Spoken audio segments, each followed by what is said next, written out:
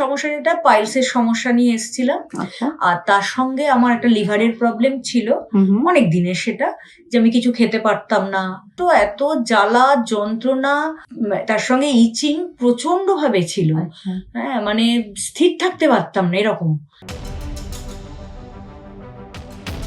Natural health ওয়ার্ল্ডে আপনাদেরকে স্বাগত জানাই। আজকে আমাদের সাথে আছেন কাকুলি মণ্ডল। কিছু সমস্যাগুলো নিয়ে ডক্টর KM সাইফুল্লাহ স্যারের কাছে ট্রিটমেন্ট নিচ্ছেন। আসুন ওনার থেকেই জেনে নিই ট্রিটমেন্ট করার পর উনি কেমন আছেন। নমস্কার। নমস্কার। কি সমস্যা নিয়ে আসা হলো আপনার? আমি সমস্যা নিয়ে এসেছিলাম, মেইন সমস্যা যেটা পাইলসের সমস্যা নিয়ে এসেছিলাম। আচ্ছা। আর তার সঙ্গে আমার একটা লিভারের প্রবলেম ছিল অনেক দিনের, সেটা যে আমি কিছু খেতে পারতাম না। হ্যাঁ, এই আচ্ছা। সমস্যাগুলো নিয়েই আমি এসেছিলাম। এই যে পাইলসের প্রবলেমটা বললেন, তাতে কষ্ট কি হতো? কষ্ট হতো মানে প্রচন্ড, মানে লাস্টের দিকে প্রচন্ড কষ্ট, এত জ্বালা যন্ত্রণা, তার সঙ্গে ইচিং প্রচন্ড ভাবে ছিল। আচ্ছা। হ্যাঁ, মানে স্থির থাকতে পারতাম না এরকম। আচ্ছা, তো পেটে কি অসুবিধা ছিল আপনার? পেটে আমার ওই যে খেতে পারতাম না, তা এন্ডোস্কোপি হয়েছিল। এন্ডোস্কোপিতে একটা এইচ পাইলোরি বলে ধরা পড়েছিল। আচ্ছা। তখন আমাকে আপনার ওই অ্যান্টিবায়োটিক দেওয়া হয়েছিল। তা ওই অ্যান্টিবায়োটিকটা খাওয়ার পরই প্রচন্ড ভাবে এটা বেড়ে যায়।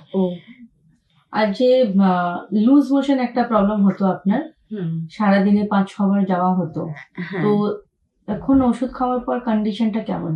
ওটা কমেছে, 2বার হচ্ছে এখন। এই সারা প্রবলেমস গুলো যেটা আপনার আছে, সেটা টোটাল কত দিন হয়ে গেছে ভুগছেন আপনি? আমি গ্যাসের প্রবলেমটা ভুগছি দীর্ঘদিন, আর পাইলসের প্রবলেমটা এই প্রথমে ছিল কিন্তু কমে গেছিল। যখন প্রথমবার স্যারের কাছে আসলেন, হ্যাঁ, কি ধারণা ছিল, কি ভেবে চিন্তা করে আসলেন? না, স্যারের ভিডিও দেখেই আমি এখানে এসেছিলাম যে হয়তো সেরে যাব, এত কষ্ট পাচ্ছি সেরে যাব। আর তারপরে স্যারের সাথে দেখা হলো, কথা বললেন? স্যারের ব্যবহার তো খুবই ভালো, স্যার সমস্ত কথা খুব মন দিয়ে শোনেন। কতদিন হলো স্যারের কাছে ওষুধ খাচ্ছেন? আজ এবার নিয়ে 3বারের ওষুধ নেবো।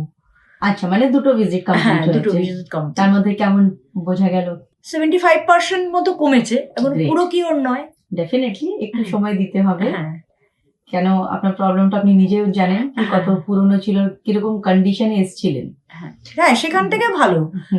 সেটা আপনার হাসি মুখটাই বলতে পারছি কি আপনি আগে থেকে সুস্থ আছেন। কোথা থেকে আসছেন আপনি? আমি কাকুর যাচ্ছি। ভালো লাগলো কথা শুনে আপনার। আপনার হাসি মুখটা যাতে সারা জীবন এরকমই থাকুক, ঈশ্বরের কাছে এটাই প্রার্থনা করব। তাড়াতাড়ি সুস্থ পুরোপুরি হয়ে যান, এটাই কামনা।